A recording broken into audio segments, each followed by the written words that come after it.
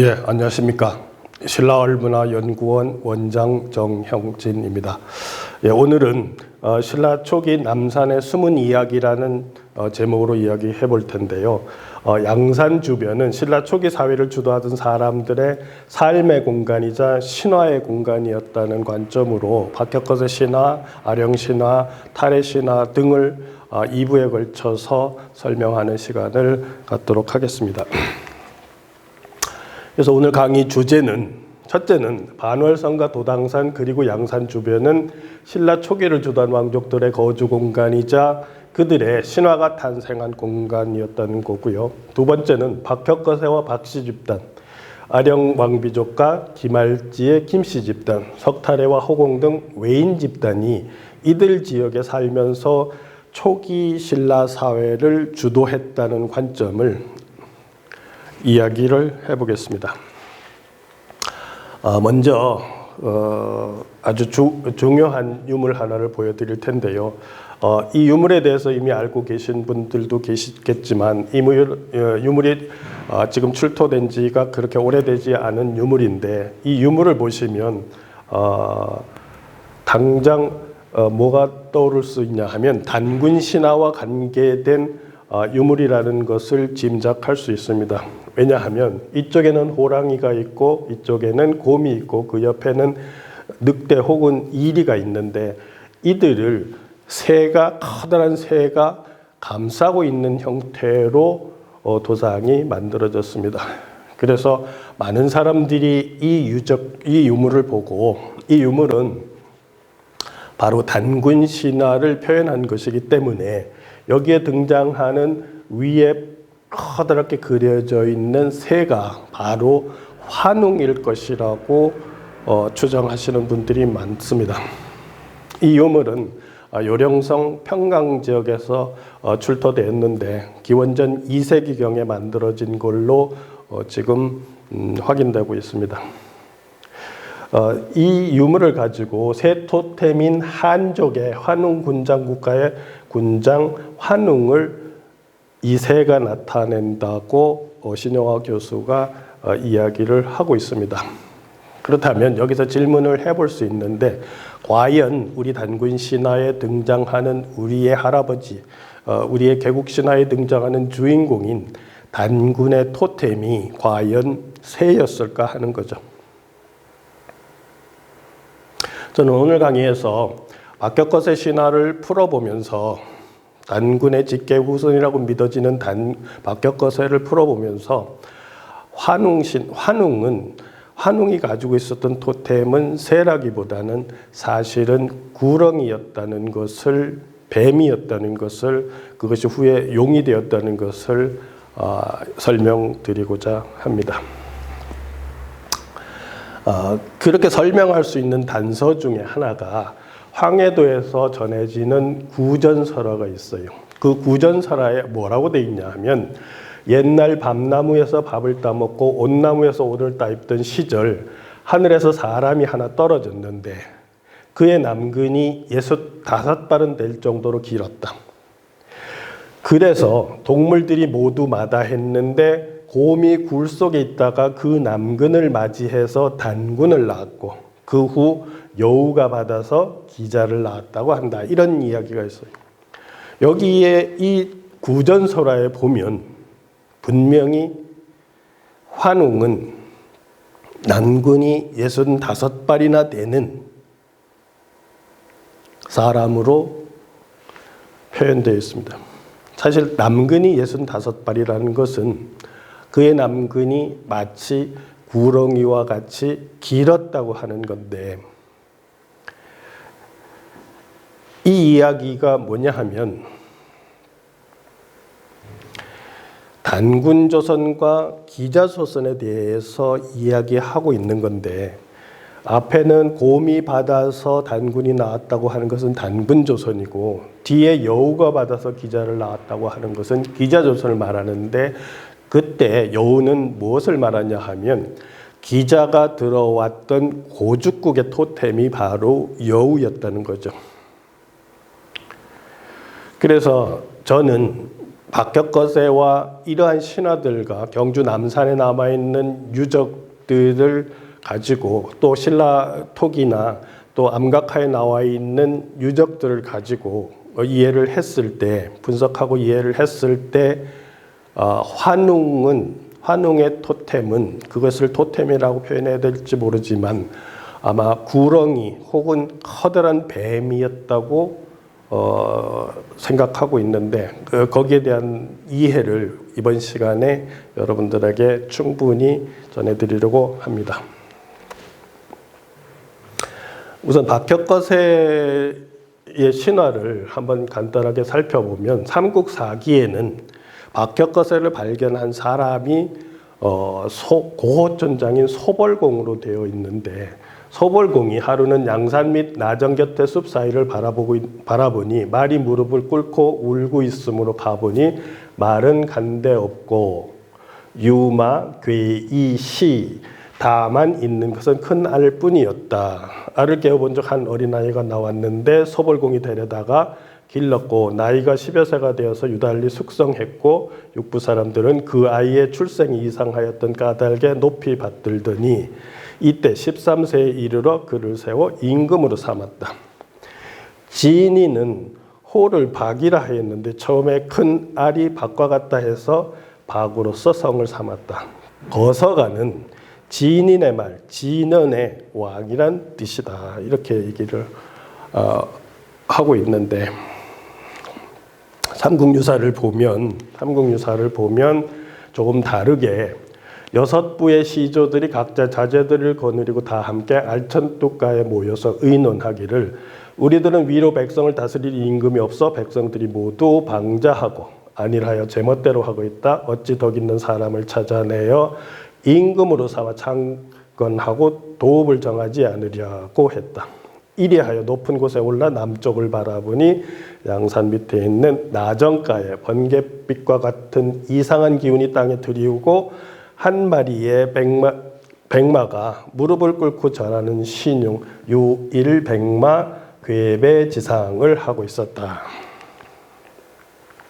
그곳을 찾아 살펴보니 자줏빛 알 한 개가 있었다. 말은 사람을 보자 길게 울면서 하늘로 올라가 그랬다. 놀랍고 신이해서 동천에서 목욕을 시키자 몸에서 광채가 나고 새와 짐승들이 춤을 추니 천지가 진동하고 해와 달이 맑고 밝았다. 이로 인해서 혁거세 왕이라고 하였다. 이렇게 되어 있습니다. 여기서 잠깐 짚고 넘어갈 것은, 사실 여러분들도 이해하시고 계시는 분들도 많겠지만 한국 고대사를 이해하는데 진인이 어떤 그룹인가 하는 데 대해서 아직도 많이 알려져 있지 않은데, 사실 진인이야말로 굉장히 중요하게 인식을 해야만이 우리가 상고사를 풀 수 있는 그런 아주 중요한 단서입니다. 그건 뒤에서 좀 다시 한번 설명을 드릴 텐데요. 진인들이 호를 박이라 하였는데 처음에 큰 알을 박과 같다 해서 박으로 성을 삼았다 이렇게 했는데, 사실 우리들이 성씨가 많이 있지만 우리 민족 중에 성씨들 중에서 가장 고유한 성씨가 바로 박혁거세의 박씨인 것입니다. 최남선은 그 박씨가 어떻게 나왔다고 생각을 했냐 하면, 반도에서는 예로부터 박도가 행해서 점차 국가적 색채를 띠게 되었는데, 신라에서는 나라를 열 때부터 박이란 제사 계급이 위해서 그것이 전승되고 그 제사를 발간이라고 했고, 제사를 지내는 사제를 박수로 했다는 거예요. 그래서 바로 저 박수에서, 우리가 박수무당이라고 하는 그 박수에서 박이라는 성이 나왔다고 최남선은 주장하고 있는 것이죠. 또 문경현 교수 같은 경우는 박씨에 대해서 어떤 표현을 쓰셨냐 하면, 신라에는 당나라 1등가는 명문 세족의 시족을 취해서 박석 왕씨들 말고 신라 육성은 당나라 1등가는 명문 세족의 시족을 취해서 성으로 삼았는데, 박씨만은 신라 고유의 성으로 박씨족의 위대한 자주의식을 높이 살만하다 이렇게 이야기를 하고 있습니다. 사실 제가 많은 강의를 했고 책도 여러 권을 써서 발표를 했지만 제가 공부한 논점에서 보면 관점에서 보면 박씨 그룹은 단군 왕검의 문화와 의식과 혈맥을 계승하고 있는 직계 후손이라는 것입니다.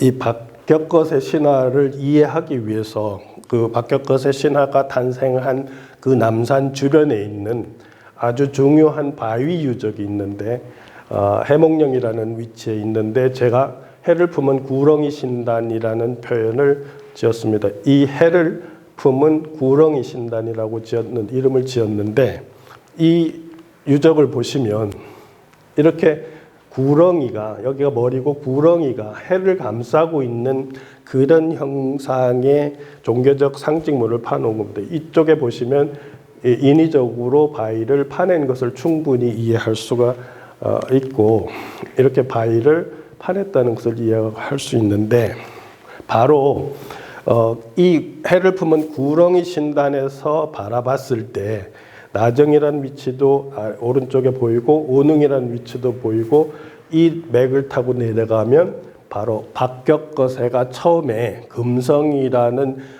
작은 성을 짓고 나라를 다스렸다 하는 성도 여기 있고 지금 현재 창림사지가 있는 것입니다.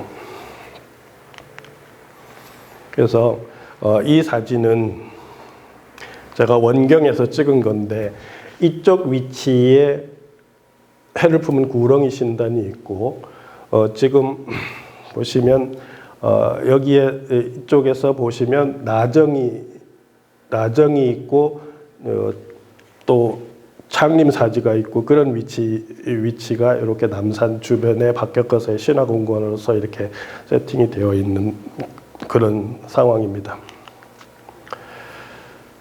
그러면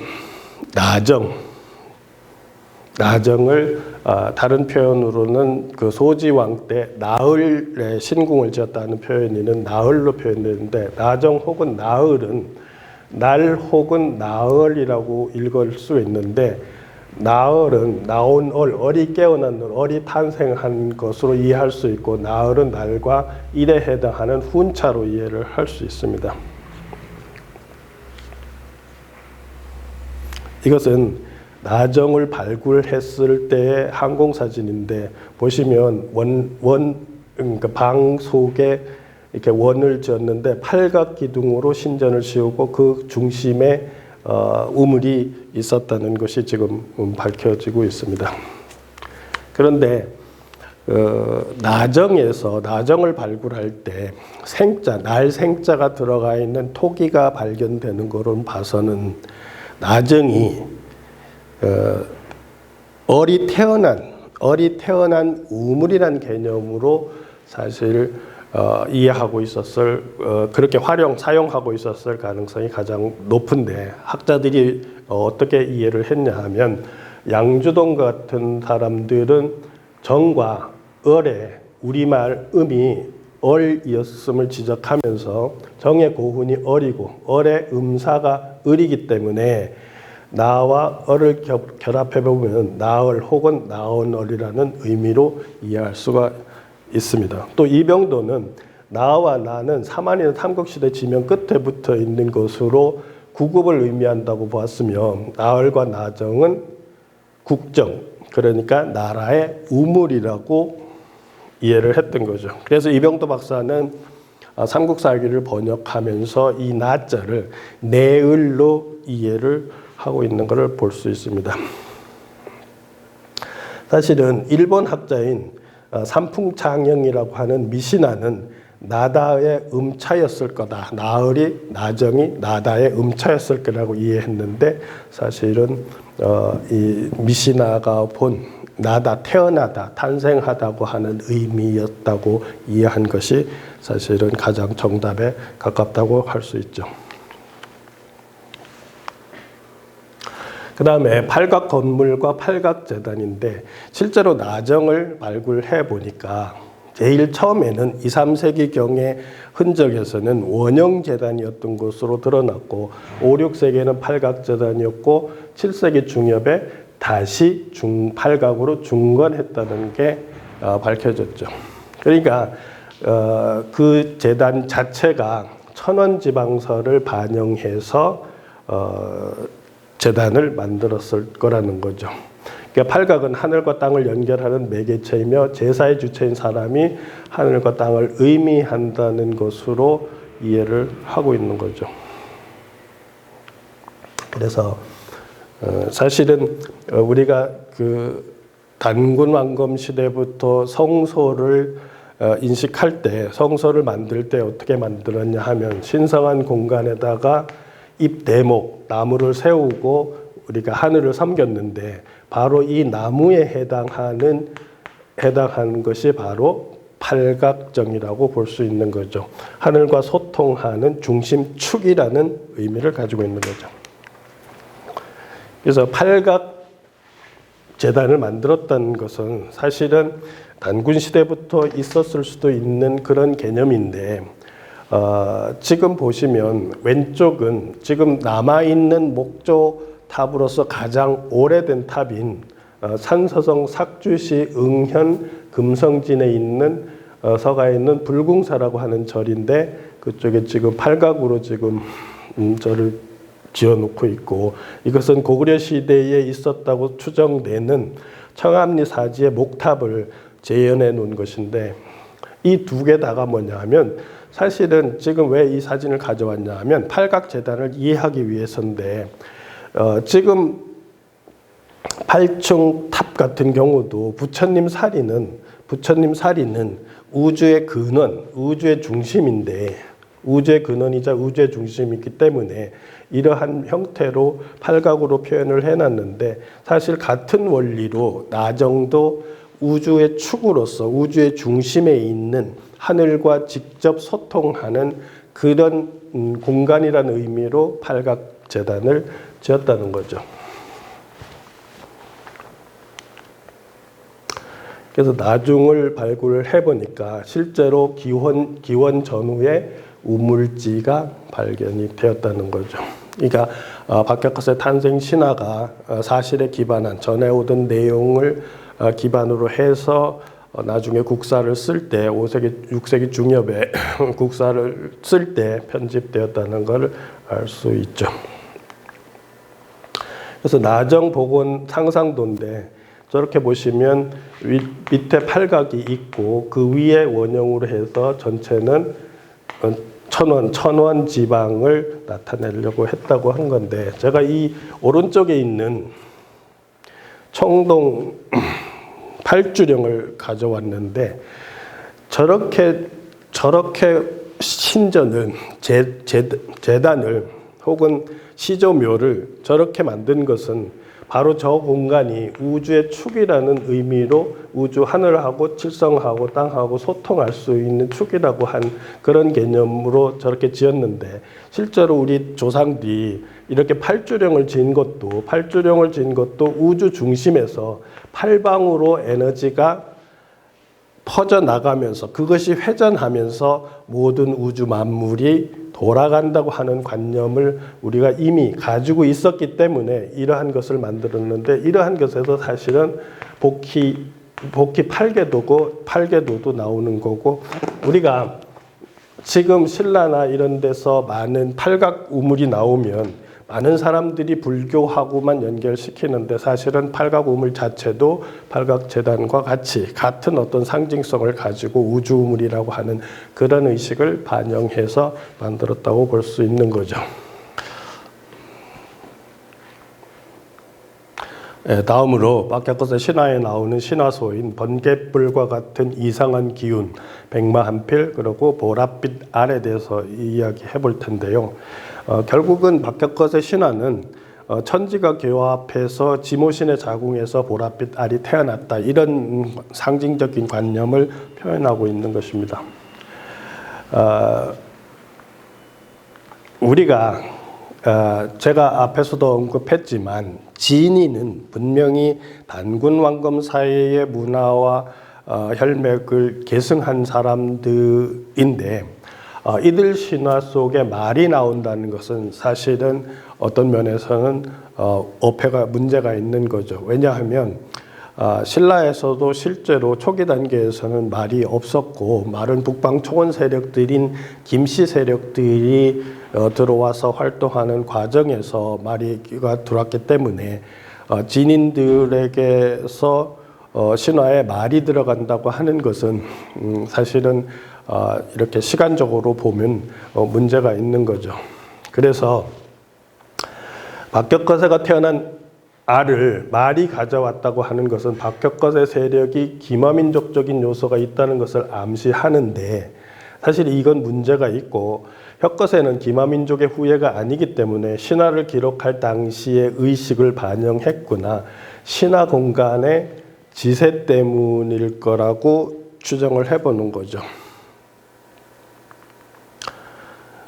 그러니까 박격거세 신화가 처음부터 전해지던 이야기가 100% 그대로 계속 전승되었다기보다는 국사를 편찬할 무렵에 박격거세 신화를 편집을 하는 과정에서 그 당시 김씨들이 가지고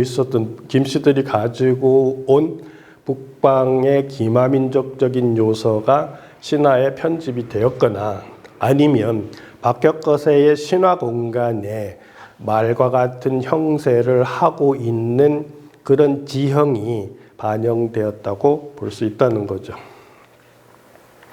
삼국사기에는 유마, 괴이시 말이 있는데 무릎을 꿇고 울고 있었다고 되어 있고 삼국유사에는 유일 백마 괴배지상 유일 백마가 한 마리가 있었는데 무릎을 꿇고 절을 하는 형상이었다 이렇게 이야기를 하고 있는 거죠. 근데 이러한 신화가 반영된 것은 시베리아나 북방 지역에 실제로 전해지고 있었다는 거죠. 암각화인데 이것은 시베리아 암각화인데 말이 태양을 몰고 다닌다. 태양을 끌고 다니는 동력이 말이라고 하는 동물로 상징이 되어 있고 이 암각화는 내몽골 음산 지역에 있는 암각화인데 보시면 능형 마른 목골로 되어 있는 우물에 말이 사정을 하는 장면을 그려놨어요.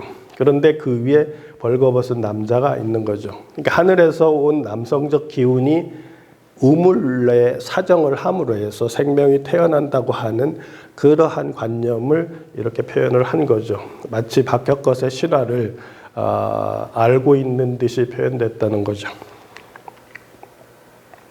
그래서 저는 박격거세 신화가 편집돼서 기록될 당시에 앞에서도 말씀드렸지만 북방 초원 문화를 가져온 사람들의 의식이 반영되었거나 아니면 지세가 반영된다고 보는데 지세라고 하는 것은 여러분들이 다음에 한번 오시면 잘 관찰해 보시면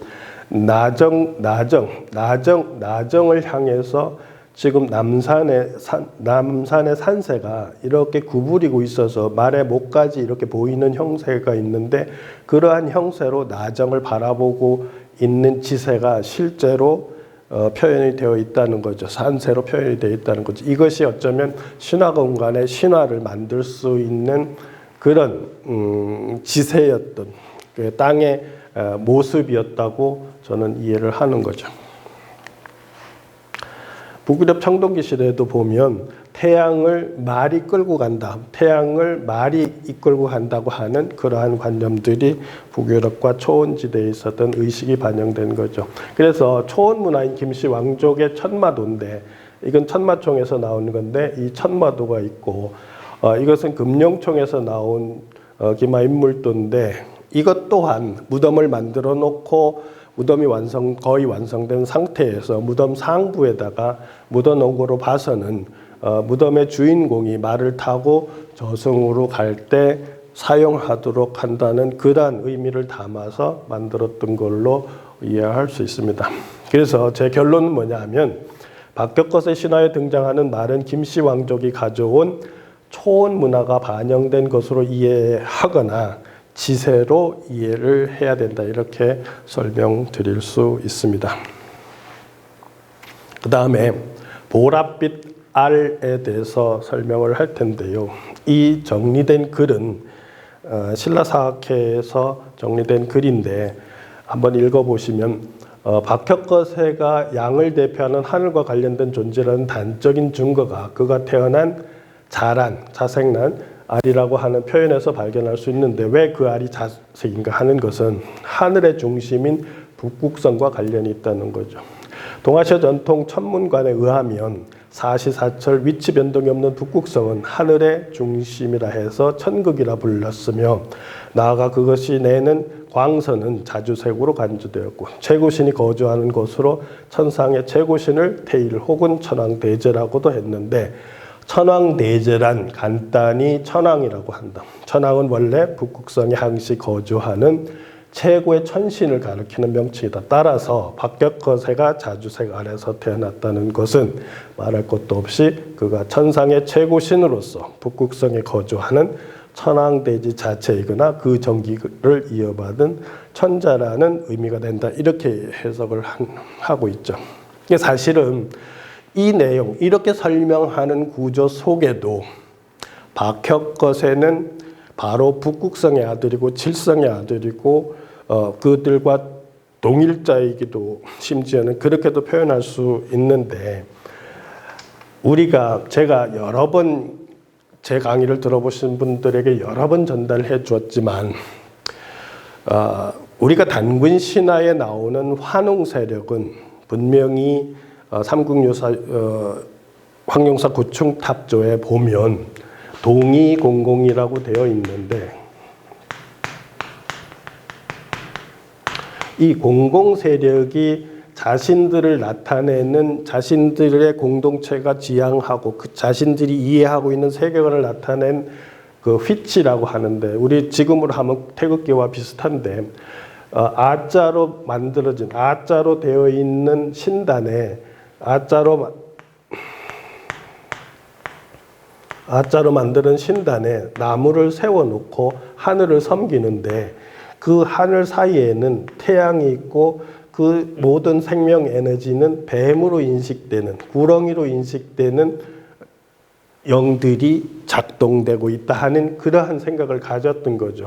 그래서 아까 진인을 제가 설명할 때 진인이 굉장히 한국 고대사를 이해하는데 중요하다 했는데 진인은 바로 북극성에서 내려온 사람들의 후손이라는 개념이 있는데 우리가 북극성, 우리가 진안이라고 할 때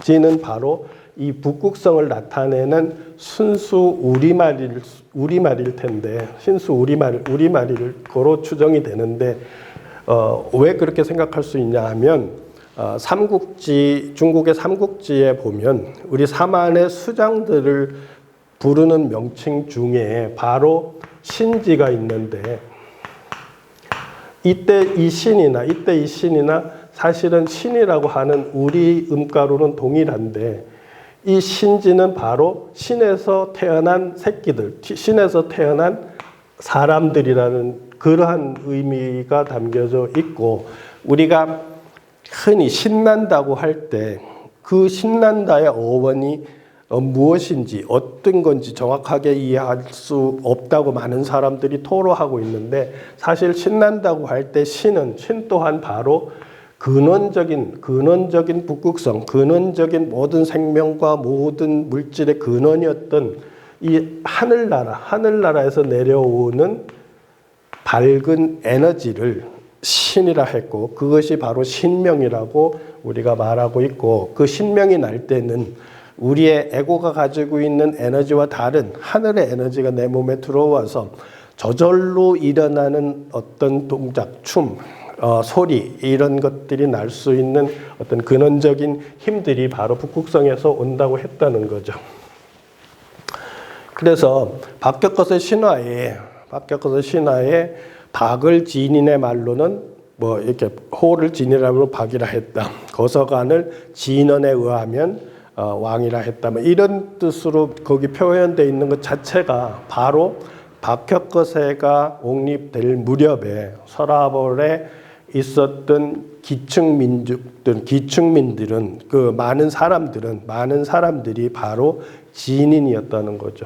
그러니까 신라가 중국 삼국지에 보면 신라는 진국의 후예라고 했는데 이게 바로 이 진국의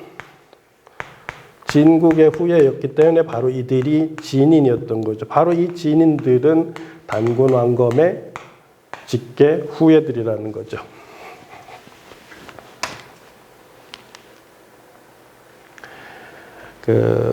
남산 설옥에 궁시를 짓고 13살에 임금이 되었어요. 제가 여기 13살에 이렇게 표현을 했는데 왜 13살에 임금이 되었다고 표현을 했을까 한번 생각해 보기 위해서인데, 청동기 시대 우리나라 북한 지역 함경북도 웅기군 굴포리에서 나온 이 피리인데, 여러분들 피리를 보시면 피리의 구멍이 13개로 되어 있어요. 그러니까 우리가 5개 손가락이기 때문에 사실은 13개면 음을 연주하기가 거의 불편하고 거의 못할 텐데도 음을 13개로 해놨다는 것은 이것이 우리 조상들이 가지고 있었던 어떤 13이라는 숫자가 가지고 있는 상징수였을 텐데, 이 상징수는 중국에서는 황제의 숫자라고도 하고 중국에서는 황제를 위해서 탑을 지을 때 13중탑을 짓기도 하는데, 유라시아 문명 전체에서 보면 사실은 13수라는 것이 성수였다는 걸 알 수가 있어요. 그래서 박혁거세가 13의 왕으로 옹립되었다는 것도 사실은 13수가 나오는 가장 근원적인 우주론적인 상수가 뭐냐 하면 초승달이 있으면 계속 달이 커서 13번을 변해서 보름달이 되는 거죠. 그래서 여기서 13수가 나온 거예요. 그러니까 박혁거세가 13세에 왕이 되었다고 하는 것도 박혁거세가 태어나서 하나의 매듭을 맺고 두 번째 매듭으로 들어가는 바로 13세에 왕으로 옹립했다, 이런 표현을 썼을 개연성이 상당히 높다는 거죠.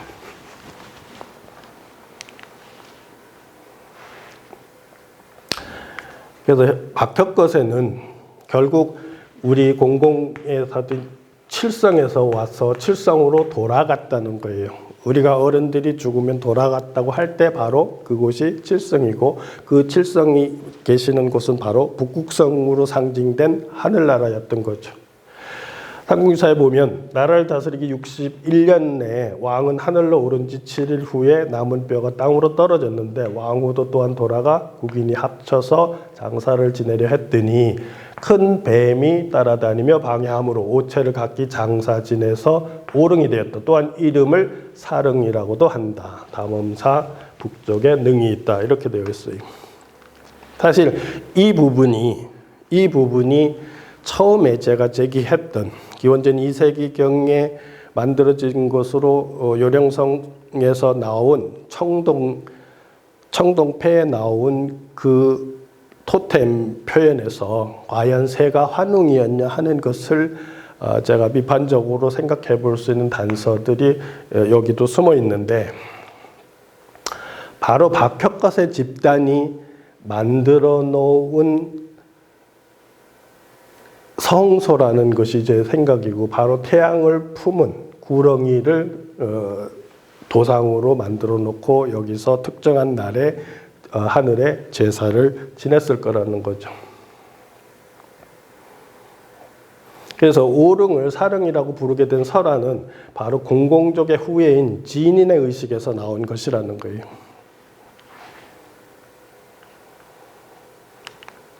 근데 많은 학자들이 기본적으로 박혁거세 신화에 나오는 구렁이를 어떻게 인식하냐 하면, 다산 풍요의 소망을 대표한 이야기로 보거나 큰 뱀을 뱀신으로 혁거세의 사후를 보호하는 신으로 보거나 큰 뱀을 왕권 확대를 위한 매개체로 보기도 하고, 큰 뱀은 천상의 신죽 태양신을 의미한다고도 하는 이런 다양한 주장들이 있는데, 사실은 정답은 바로 큰 뱀이 태양신이라는 거죠. 그러니까 태양이라고 하는 빛이 있고 그 빛을 둘러싼 것이 뱀이고, 이 뱀이 빗살이 땅으로 쏟아지면 대지의 초목이 나오고 또 사람과 짐승이 화연되고, 이러한 의식을 가지고 있었던 사람들이 바로 공공세력이었고, 그들의 문화를 직접적으로 개성한 박격것의 집단에서 이러한 신화가 남게 되었다는 거죠.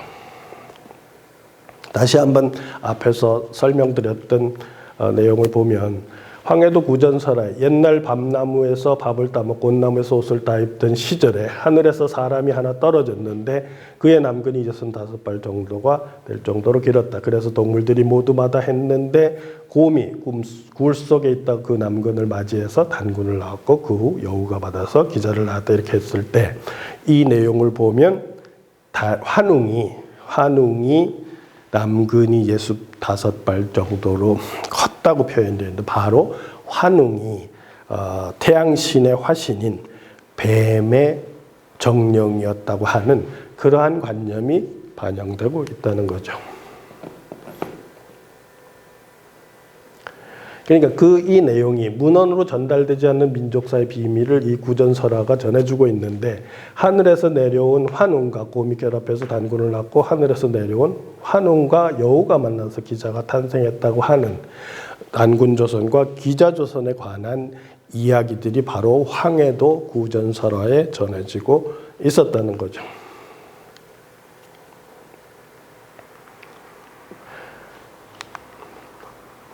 그래서 박격거세 신화에 나오는 큰 구렁이는 바로 박격거세의 영혼을 상징한다는 거죠.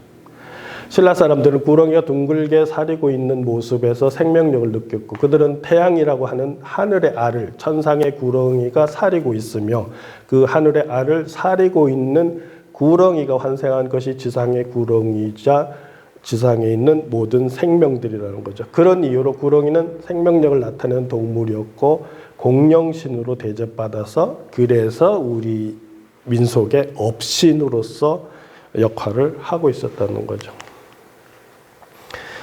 그러한 내용을 다른 자료에서 찾아보면 신라인들이 구렁이를 생명력의 화신이라고 생각한 예를 자장스님이라 해서 찾아볼 수 있는데, 자장스님이 태백산 정암사를 창건할 때 문수보살이 감흥해서 나타나서는 태백산 갈반지에서 다시 만나자 이렇게 얘기했는데, 자장이 태백산으로 가서 갈반지를 찾다가 큰 구렁이가 나무 아래에 서리고 있는 것을 보고 시자에게 말하기를 여기가 갈반지다라고 했다고, 그렇게 해서 절을 지어서 정암사라고 했다. 그러니까 갈반지라고 하는 칡이 얽혀 있는 것과 구렁이가 얽혀 있는 것을 동일시하고 있다는 걸 알 수 있는데, 여기서 우리가 나정이라고 할 때, 나정이라고 할 때 나자도 사실은 넝쿨 나자라는 거를 생각을 하면, 이 나는 결국은 햇빛을 의식하는 표현으로서 차용해서 썼을 수도 있다는 거죠.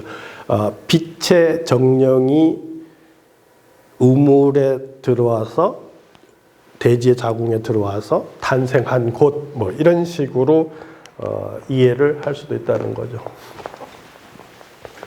또 하나, 삼국유사의 뱀 이미지가 사실 굉장히 많이 나오는데, 뱀 이미지가 사실 삼국유사에 보면 긍정적으로 나오는데, 가장 대표적인 것이 경문왕 이야기에 왕의 침전에는 날마다 해가 저물면 무수한 뱀들이 모여드니 궁인들이 놀라고 두려워서 쫓으려 하면 과인이 만일 뱀이 없으면 편히 자지 못하니 금하지 말라, 이렇게 표현이 됩니다.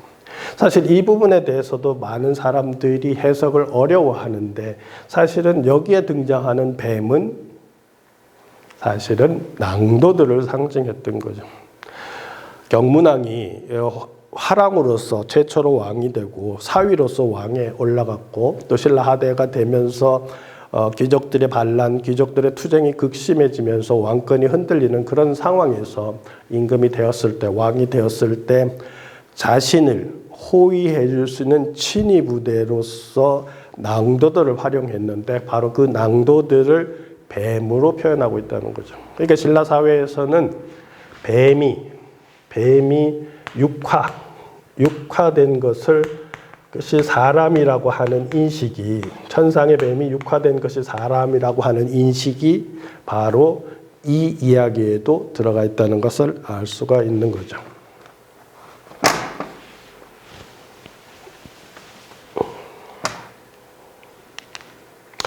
신라 유물 속에 보면, 신라 유물에는 특히 이렇게 뱀이 개구리 뒷다리를 물고 있는 도상들이 많이 있는데, 이러한 도상들은 자연과 인간 모두 성적 결합을 통해서 생명이 유지한다는 주제가 담겨 있고, 자연의 성적 결합을 상징하는 것으로 개구리와 뱀이 선택이 되었을 거라는 거죠. 그래서 이 도상에도 보면 남녀가 합궁을 하는 도상이 있고, 뱀이 개구리 뒷다리를 물고 있는 도상이 있고, 신인이 검은 고를 타고 있는 도상이 있어요. 그러니까 이 도상은 생명이 남녀가 합궁을 하는 것이나 자연에서 음양이 교접을 하는 것이나 이런 것이 생명 원리로서 가장 자연스럽다는 것을 검은 고를 타고 있는 신인은 음률로서, 노래로서 표현하고 있다는 거죠. 제가 이 사진을 여러분들한테 보여주는 이유는, 우리가 동이족이라고 했을 때 동이에 대해서 이자를 파자하면 대궁이라고 해서 큰 활을 잘 쏘는 집단이라고 이해하시는 분들이 많이 있는데, 그것은 지금 학계에서도 이미 부정되고 있는 단계이고, 사실은 동이라고 하는 것 자체가 큰 구렁이를 섬기던 집단이라고 이해를 해야 된다는 거예요.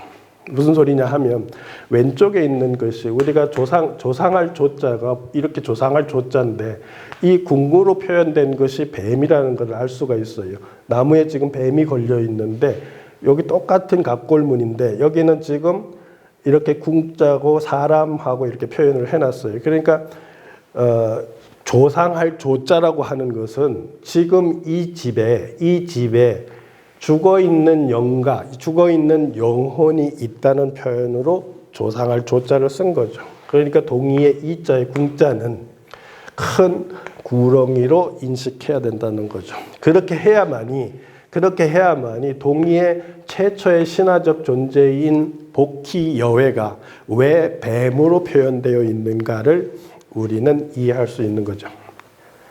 그래서 그 풍속에 진한인들, 그 풍속에 노래하고 춤추며 북을 치고 검은 고를 뜯는 것을 좋아한다, 이런 표현들이 있는데, 바로 이러한 생명관을 가지고 있었기 때문에 이렇게 삶을 노래하고 즐길 수 있었던 거죠. 또 한 가지를 보여드리면, 천전리 암각하예요. 언양을 가다 있는 천전리 암각하는데, 많은 분들이 아마 국민의 절반 이상 정도는 갔다 오지 않았을까 생각이 되는데, 그 천전리 암각하에도 보면 이렇게 구렁이를 표현을 해놨어요. 구렁이를 표현을 해놨는데, 이건 제가 접사를 한 건데, 접사를 한 거를 보면 날카로운 철기로 그려놓은 걸 알 수가 있는데, 바로 이 구렁이, 천전리 암각하에 있는 구렁이가 어쩌면 왕의 영혼을 나타내고 있다고 봐도 크게 틀리지 않을 거라는 거죠. 그러한 인식은 이집트에서도 그대로 반영이 되고 있는데, 이집트 왕이 죽어서 저승을 가는 과정에 이렇게 구렁이로 표현되어 있고 날개가 그려져 있는데, 지금 천전리 암각하에도 실제로 날개가 그려져 있다는 거예요. 너무나 흡사하다는 거죠. 그래서 박격것에는 환웅인 공공족의 종교문화를 계승한 것이 맞다는 거예요. 공공족의 종교문화라는 것이 바로 소도에다가 입대목하고 하늘을 섬기던 사람들인데, 바로 이러한 우리나라 사만시대의 소도를 설명하는 그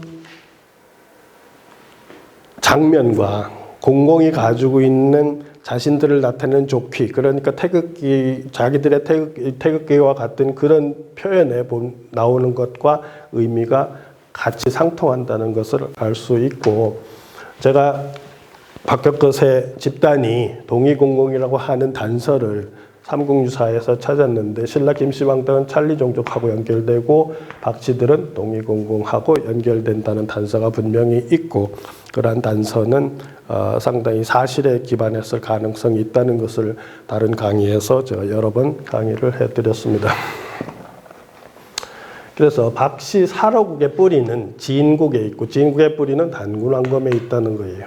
그러니까 단군왕검 사회가 기원전 2333에 세워졌다가 기원전 13세기경에 은나라 무정이 확장되는 과정에 1차 이동을 했고, 그 이동한 사람들이 한반도 중남부로 계속 확산되는 과정에서 진국이 있었고, 그 진국의 후예들이 진한이 되었다는 것이 제 생각이고, 여기서 강조하고 싶은 것은 한반도에 들어온 것이 기원전 13세기경인데 연나라 진계 파동, 연나라 진계 공격에 의해서 고조선, 주나라 이후에 고조선이 붕괴되어서 들어오기 이전까지 적어도 1000년 동안은 한반도 지역은 단군 왕검 사회의 직계 후예들이 그들의 문화를 가지고 노자와 같은 법자연의 순환에 적응해서 서로 행복하고 아름답게 다툼이 없이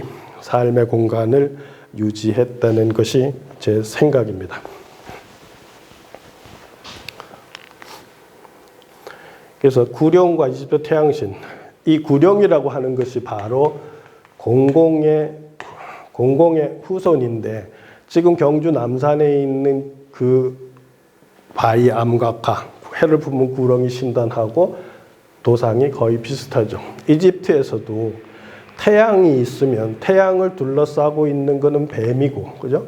태양을 둘러싸고 있는 것이 뱀이고, 이 뱀에다가 앙크라고 하는 생명의 기호를 넣었다는 거예요. 이러한 생각이 사실은 환웅의 생각이고, 그러한 생각이 유라시아 문명의 아주 근원적인 문명에서 태동해서 동서로 이동했다고도 볼 수 있다는 거죠. 지금까지 해온 이야기를 정리를 하면, 처음에 제가 제기했던 환웅의 토템이 새일까 하는 질문에 대해서 답을 내리면, 앞에서 설명해 왔듯이 단군왕검의 사회의 주 토템은 구렁이로 상징되는 생명의 영이고 초목의 영이고, 모든 그런 생명들의 근원적인 에너지체로서 뱀을 인식했다는 것을 고려하면, 환웅의 토템이 새이기보다는 구렁이였을 가능성이 훨씬 높고, 공공족을 환웅으로 봤을 때 공공족이 가지고 있는 그 휘치에 공자 안에 있는 태양이 있고, 이 태양을 에너지를 근원으로 하는 모든 생명의 영체를 뱀으로 인식한 거로 봤을 때 환웅의 토템이 새였을 가능성은 희박하다는 것이 제 생각이고, 그렇다면 이러한 도상은 어떻게 생겼을까 추론을 해보면, 다음 시간에 연결해서 이야기를 하겠지만, 다음 시간에는 만약에 박혁거세를 뱀태양이라고 표현을 한다면, 기말지와 아령부인은 닭태양이라고 표현을 할 수가 있는데, 바로 닭태양을 가지고 있는, 새 토템하고 연결된 닭태양 신앙을 가지고 있는 사람들은 대부분 초원 세력들인데, 이 유물이 만들어진 시기가 기원전 2세기경이기 때문에, 기원전 2세기경은 이미 부여족이 만주 지역을 상당히 넓게 장악하고 활동하고 있었을 시절이고, 지금 이 유물이 발견된 것도 부여족과 관련된 그런 지역에서 나왔을 거로 추정이 되는데, 그렇다면 부여족이 가지고 있는 새태양, 닭태양, 이게 까마귀 태양. 뭐 이러한 새 토템하고 연결된 문화의식이 결합을 해서 단군 왕검 사회가 가지고 있었던 단군 신화와 이러한 새 태양 관념들이 결합이 된 상태에서 그 당시에 그러한 관념을 표현하기 위해서 만들어진 도상으로 이해하는 것이 더 합리적일 거라는 것이 제 생각입니다. 오늘은 여기까지 하고요. 다음 시간에는 이어서 2부를 할 텐데 앞에서 말씀드린 대로 아령 부인과 기말지 세력은 초원에서 온 닭태양 세력이라는 관점으로 2부를 강의하도록 하겠습니다. 예, 감사합니다.